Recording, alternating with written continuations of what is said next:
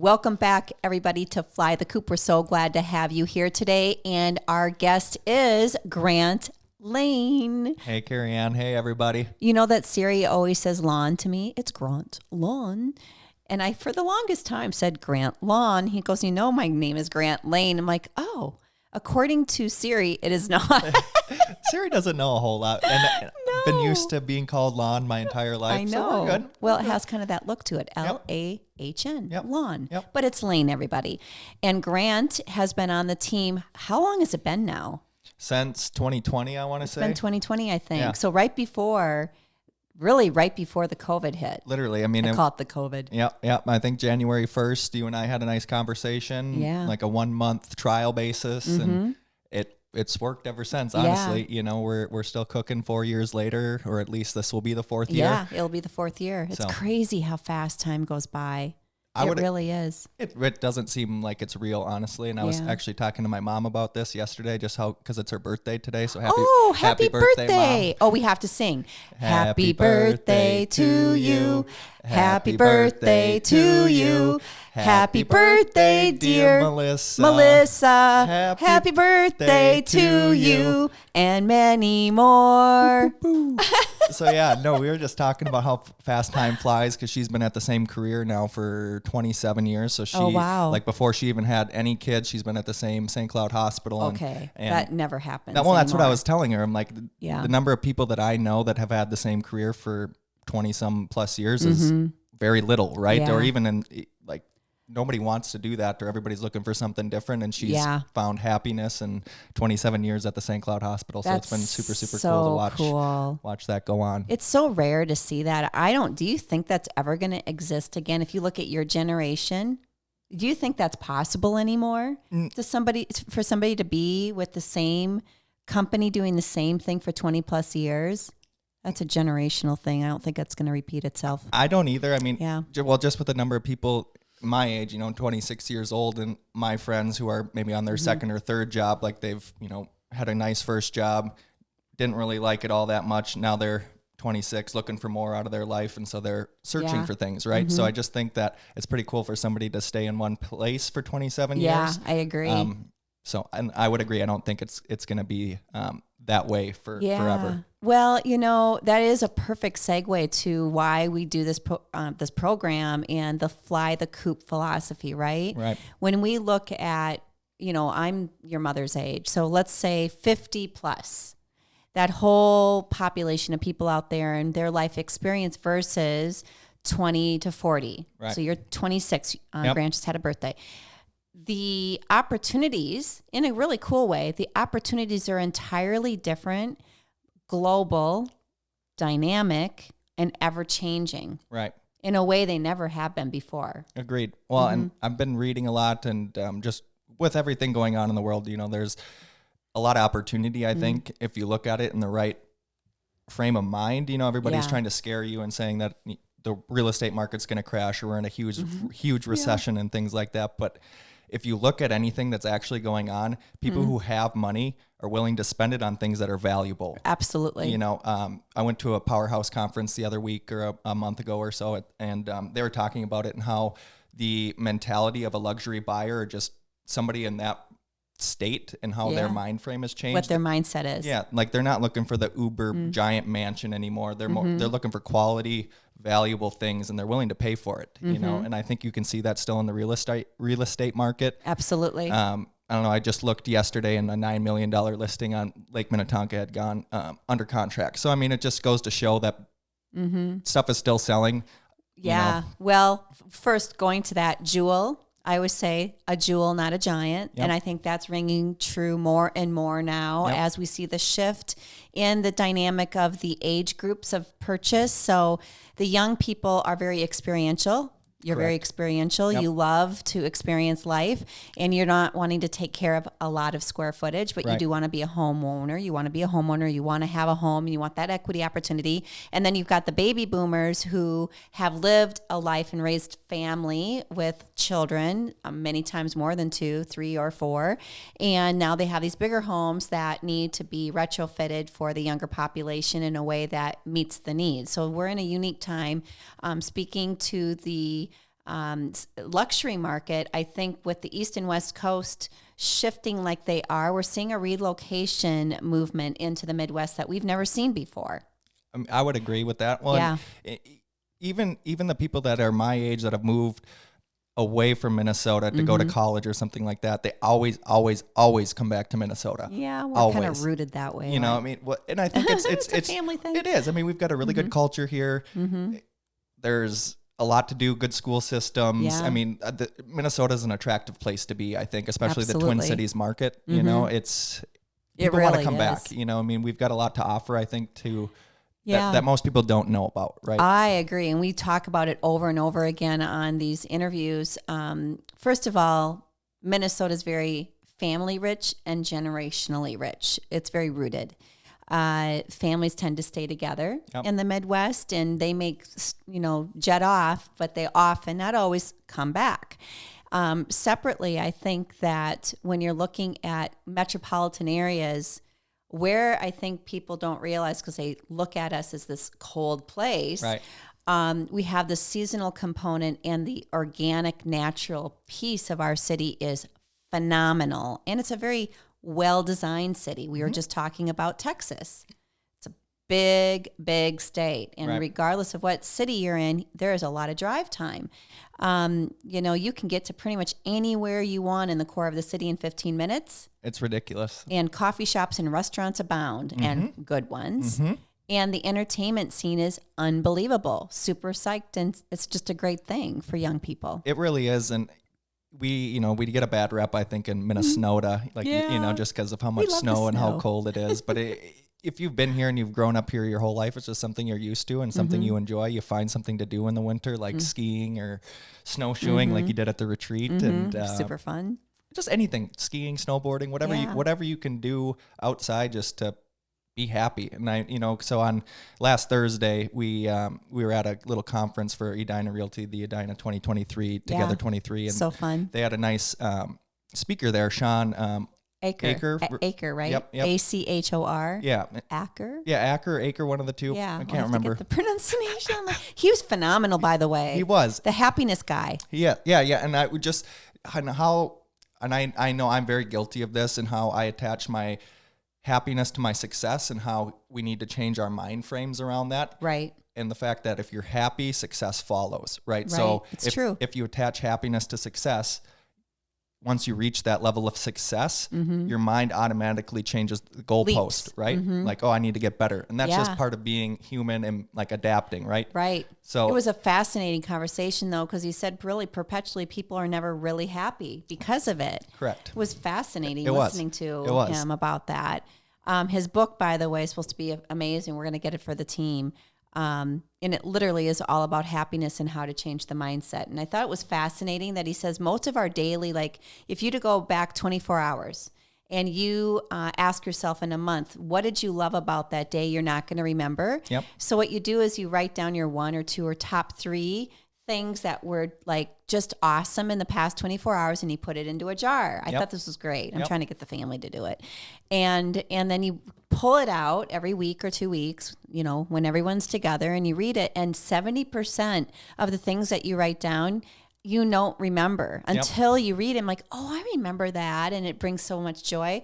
People primarily remember the thing that didn't go well. Like that's what sticks in their memory. A month, a year, like on that day, this is what went wrong, not right. I thought that was fascinating. Right. Well, and I just think that goes back to how everybody receives, or most people receives, the world, and it's through our own lenses, right? And I understand changing your mindset and the way you perceive the world, and your own experiences in life have led you to how you perceive the world. And I understand that that's really hard to change.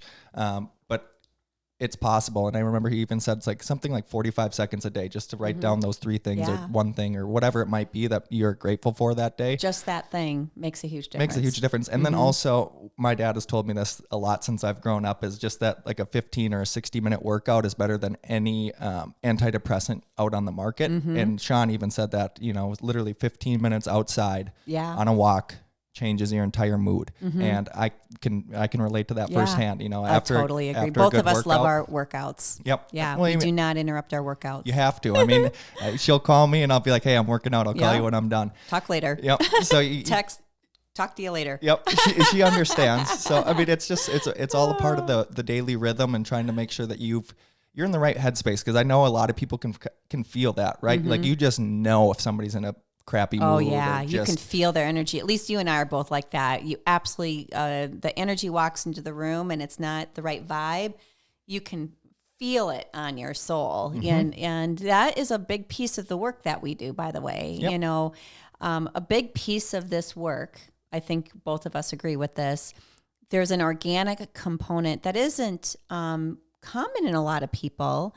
Being able to kind of read the room, if you will, read the person, understand what is missing, understand the missing link, understand the delay, and understanding the why behind having a hard time pushing through the obstacle of making a decision to make a major life move.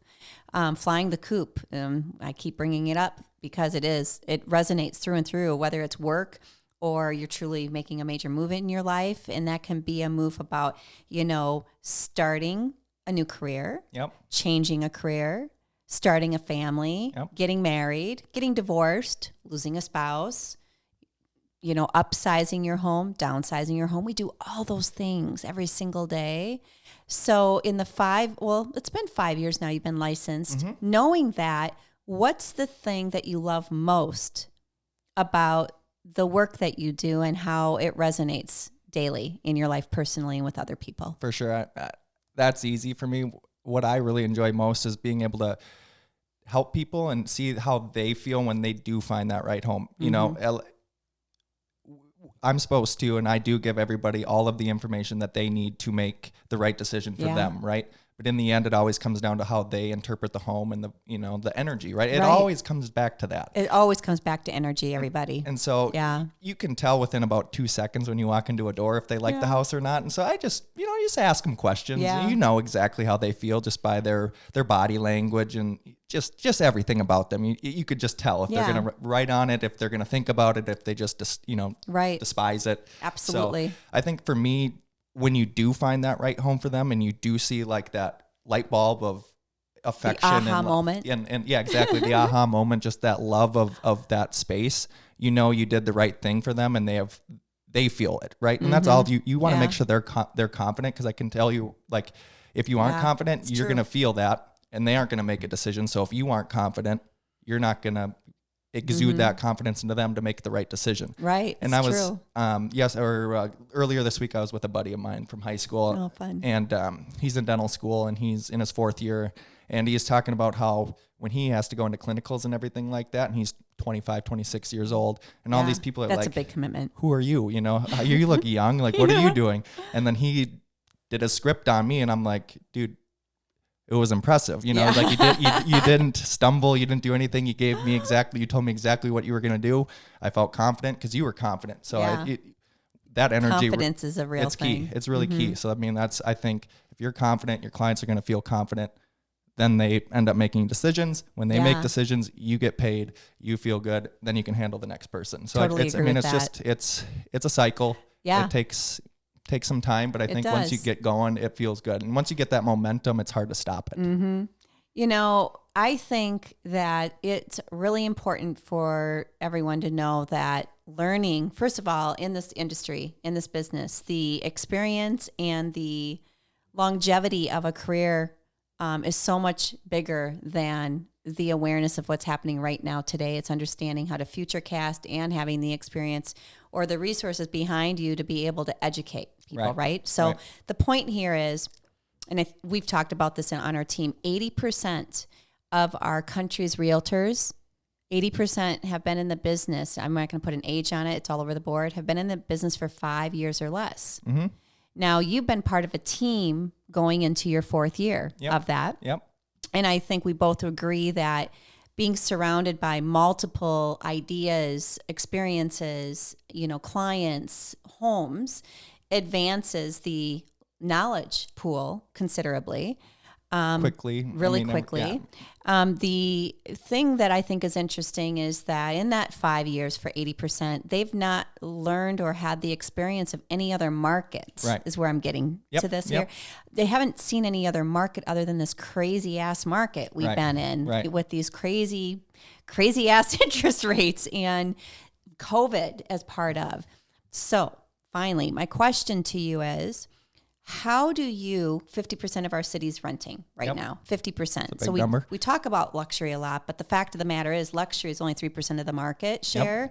The rest is normal, like normal real life, right? And 50% of that is your age group renting. And by the way, that rental is running up into age 32 on average now in our city. Kind of makes sense. And they only know, like, if you think about their maturity, like where they're at in their life, they really only know the recent market. Right. So what do you say to them? Well, I say that the last 2 years, 2020, 2021, were an anomaly, especially with interest rates being 2% and 3%.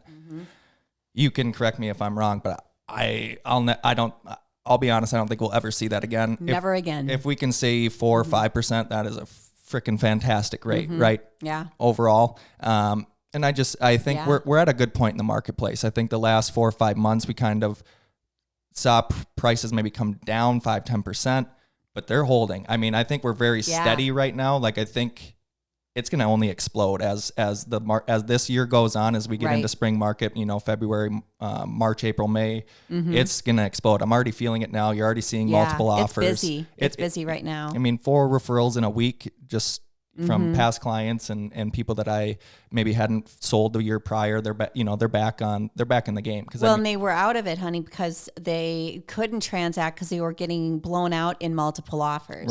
Right. So going back just for a moment about the correction, I'm going to call it the correction, and the advantage, everybody, to working within a team environment where we're able to share and maybe have a little bit more bandwidth on the historical component of real estate. Understand something.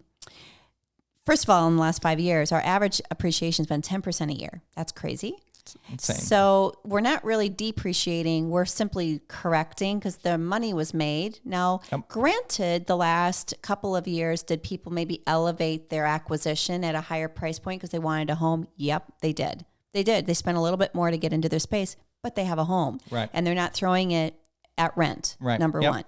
Number two, when you look at the rate averages, back in 2005, 2006, we were locking in at 6.5 all day long, and people were happy to lock into that rate. So it's really a mindset. Exactly. It's what you're used to, right? Right.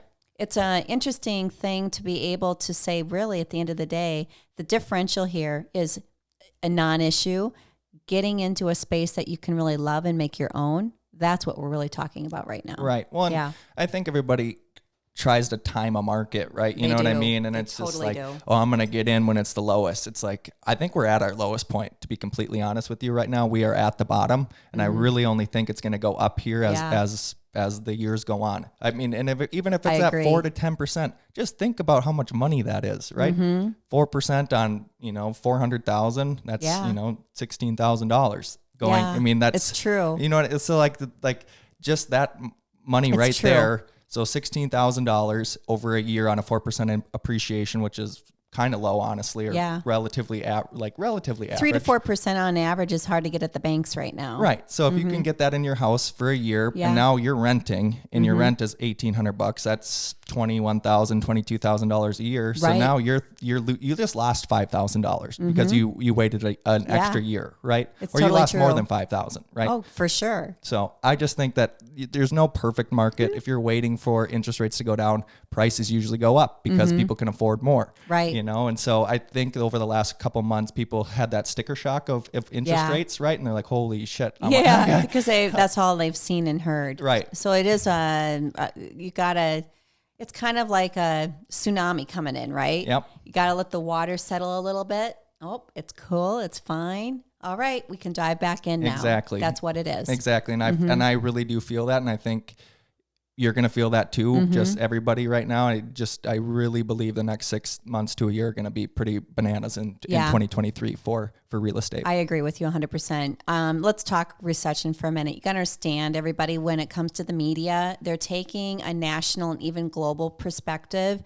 And what we say as a company, Sherry Schmidt and I have talked about this many times. The team and I talk about this all the time. You got to look at your micro market. Yep. We're not in New York. We're not in LA. We're not in San Francisco. We're not in Atlanta. We're not in Florida. We're not in Texas. Like, we're Minnesota. Right. And by the way, with all that's going on in the world, we're becoming highly attractive. Why?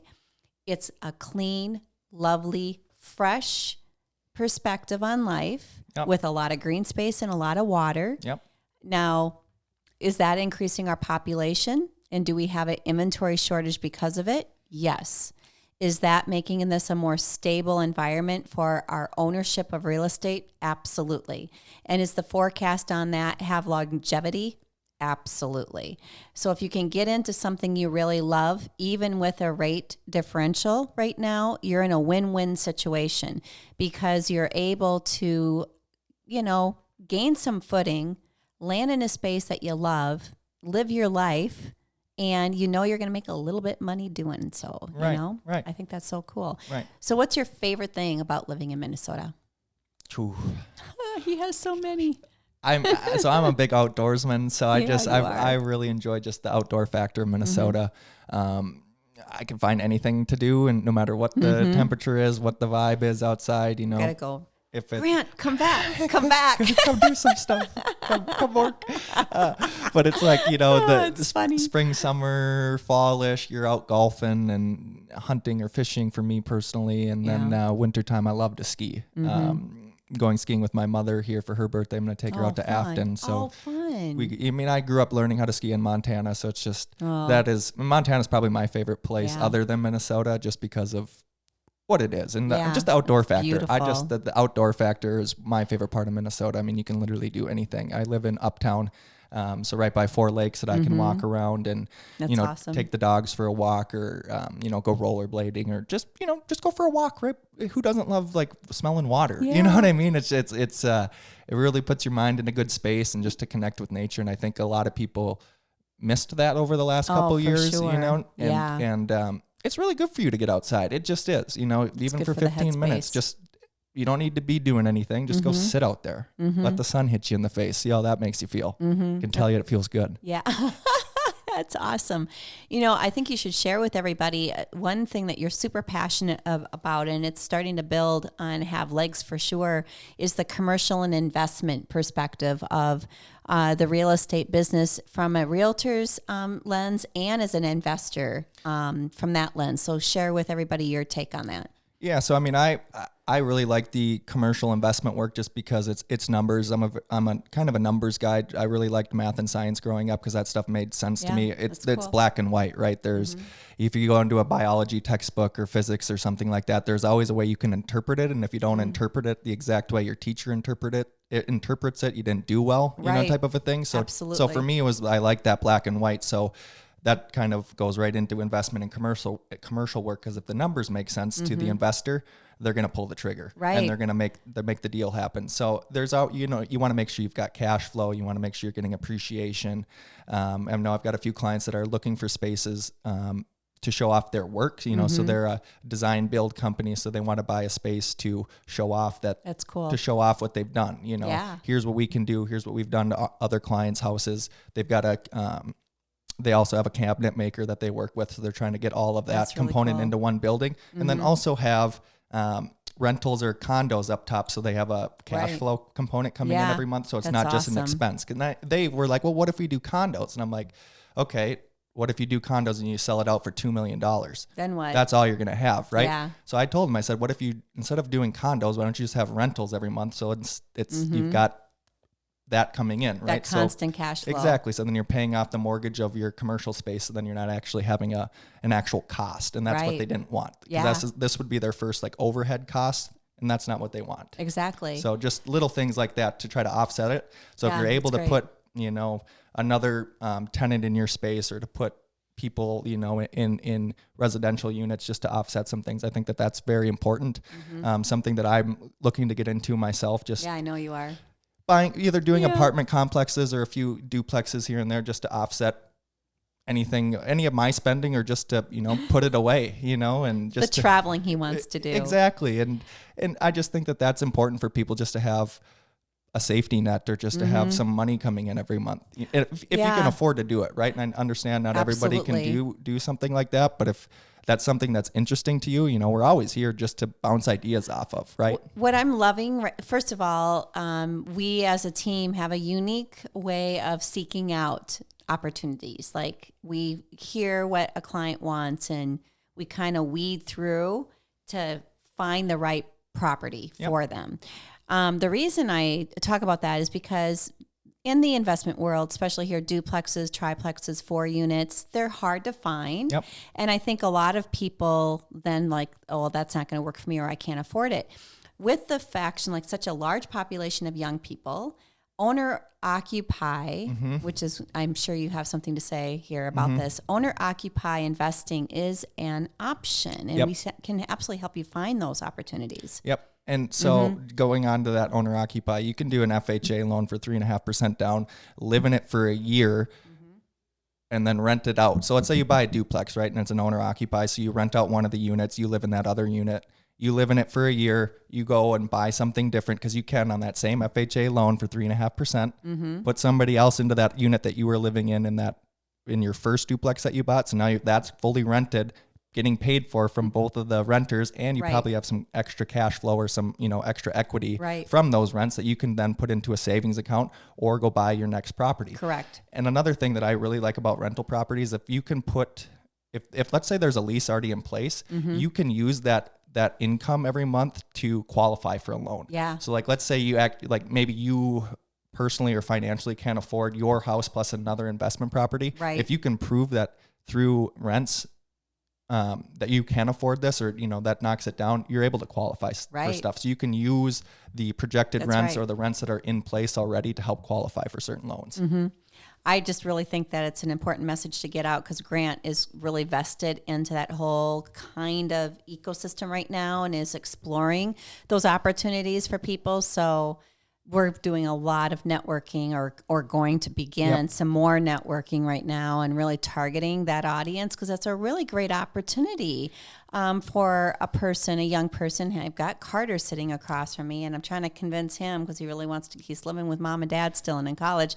Duplex is a great option because you can rent out the space of preference of a duplex and you can get in for a reasonable amount of money and it is great living. It's a great way to get started out there and for very little down as an owner occupied. I think it's a great idea. It is. It really is. And it's a creative way to make more money, right? Or just, because I think with the recession and everything like that, everybody's scared out of their mind. And wouldn't you want to have a little extra money coming in every month just so you could have a more peace of mind? You know what I mean? So it's just little things. Having a place to dump your money right now when people are talking about the interest rates or the stock market, where are you placing money? There is no better place to put your money than real estate. There just isn't anywhere. We do a lot of 1031 exchange work. A lot of people don't know that. We are working all over the country, helping people find investment opportunities in other areas. We have situations where we've got kids in one state, parents here. Parents want to sell primary home. A lot of people don't know there's a gifting option out there that's a tax deduction for the parent to gift. And oh, by the way, they have more wealth right now, cash liquidity than we've ever seen in our lifetime and several lifetimes. So there's another opportunity there that isn't really talked about when they talk recession and rates. Right.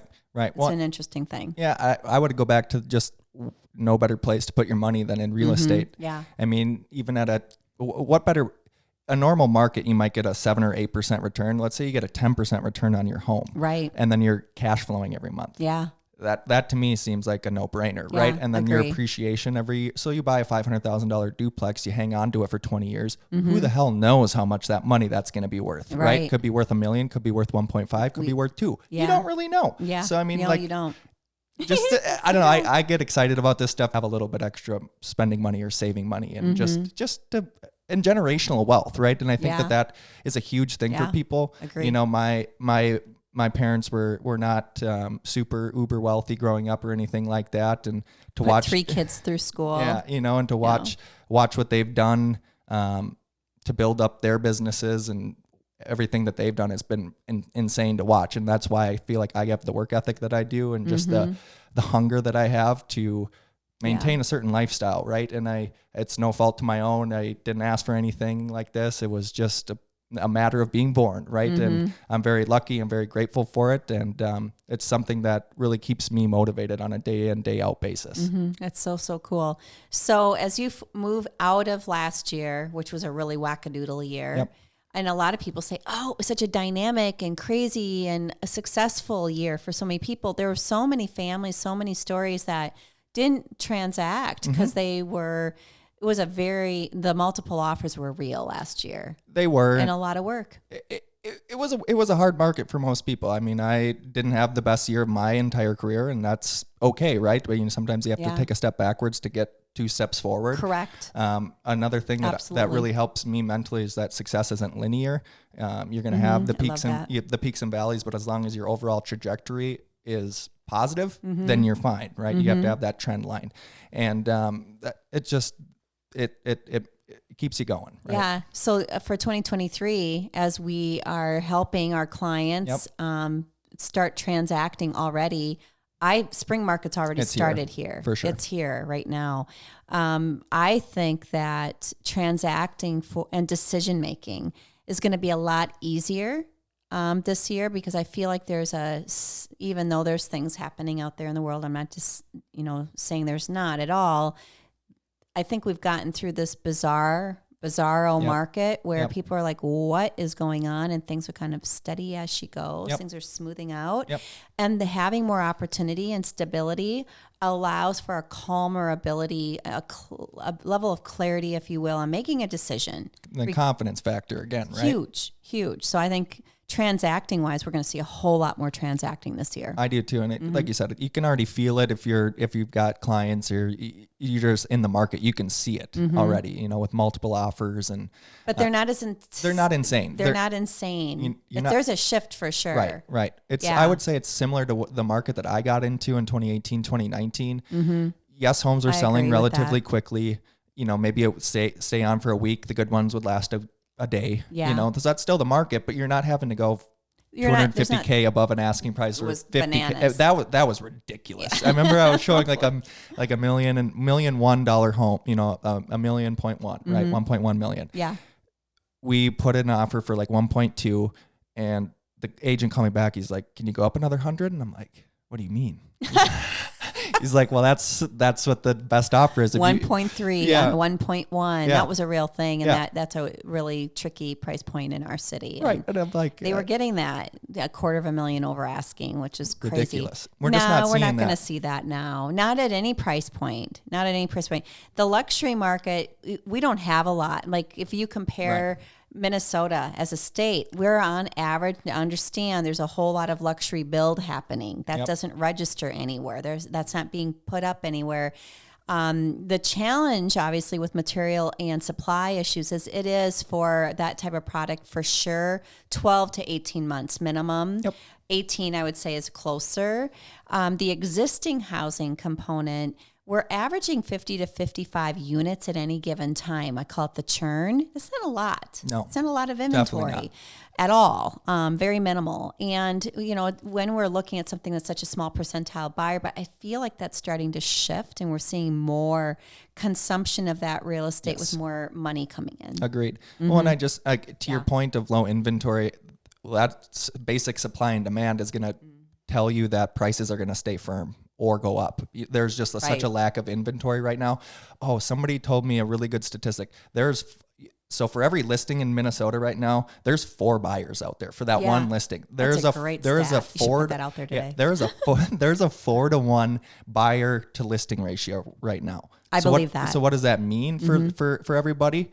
Sellers are going to continue to get their asking prices are relatively close to it. Buyers are going to still have competition, but less than maybe what it was a year ago. Right. So there's more opportunities for buyers out there, and sellers are still getting what they want. Agreed. I mean, it's still a good market for everybody. Totally agree with that. I really think so. So the only adjustment I'd say, before we wrap our time up on what's going on state of the market, which is kind of what we're doing here, the sellers have had the grace for the last 3 years of really seeing some pretty extraordinary appreciation.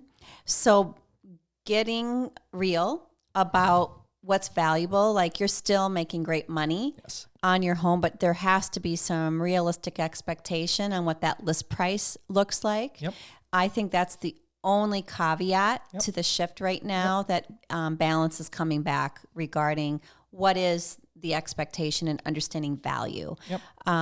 If you're well priced and well presented, well staged, well photographed, well advertised, you know, you've got the right person partnered with you to get to the end game, you are gone quickly and for an excellent price point. I think the truth. It's a really cool thing. It's the truth.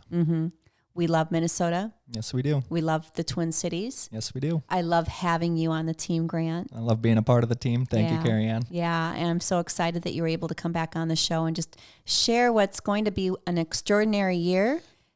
It really will be. January's just started, and we're already feeling it. I'm so excited for you and what you're going to be doing this year with your peeps. Thank you. Yeah, no, it should be an exciting year. A lot of goals that are trying to be met or not trying, that will be met this year. Personally, professionally, spiritually, health, wealth, all those things. I just think for me, I'm closer to 30 than I am 20. So it's time to, you know, get a move on my life and, you know, start to accomplish the things that I really want to accomplish. And I know for a fact that your mind, if you put it to something or you get uber focused on something, you're going to accomplish it. I just know that from my own personal experiences in life and things that I wanted and the things that I worked for. It takes time, right? And it's not going to be an overnight thing, and it might suck and it might hurt and you might lose people, but those people will always come back and or they just weren't meant to be in your life, right? And I just think that everything is going to be okay in 2023. I really do. Absolutely. And you're touching on, I think, focus that so resonates with so many people. The world can be very distracting right now. I call it filled with glitter. And it's really easy to lose focus. Correct. It's really easy to flatline.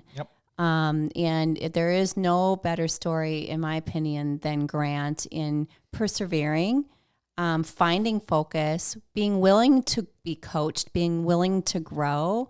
It's such a cool place to be. So I'm super proud of you. Thank you. Yeah, it's not fun to be in a stagnant place, that's for sure. You know, and I think growth is a very necessary thing to survival.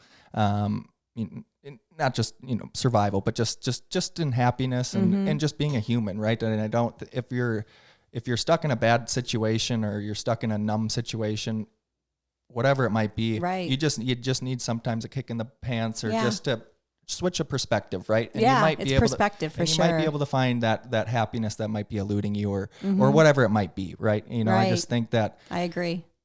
Sometimes it takes, you know, a little bit of digging and, you know, a little bit of patience, but it always pays off in the end. It really does. We're learning and we're growing every single day. Yes, we are. Regardless of where you're at in your life, regardless of what you do or how old you are, if you stop allowing yourself to learn something new and being willing to learn from other people, well, you just stop living altogether. Right. And that's not a good place. You don't want to do that. Nope. No, you don't. All right. Well, Grant, we're going to be doing more interviews this year. We'll be giving you all kind of an update on what's going on in real time. I'm super excited to get January wrapped up and February started, and we've got a lot of good things happening and coming your way. Going to be a productive 2023. Productive. Welcome to Grant Lane, everybody. Look them up. We'll have the link down below. If you're thinking about buying or selling or investing or starting something brand new that you want to visit with Grant about, give them a call. Take the right lane home. That's awesome. See you later, everybody.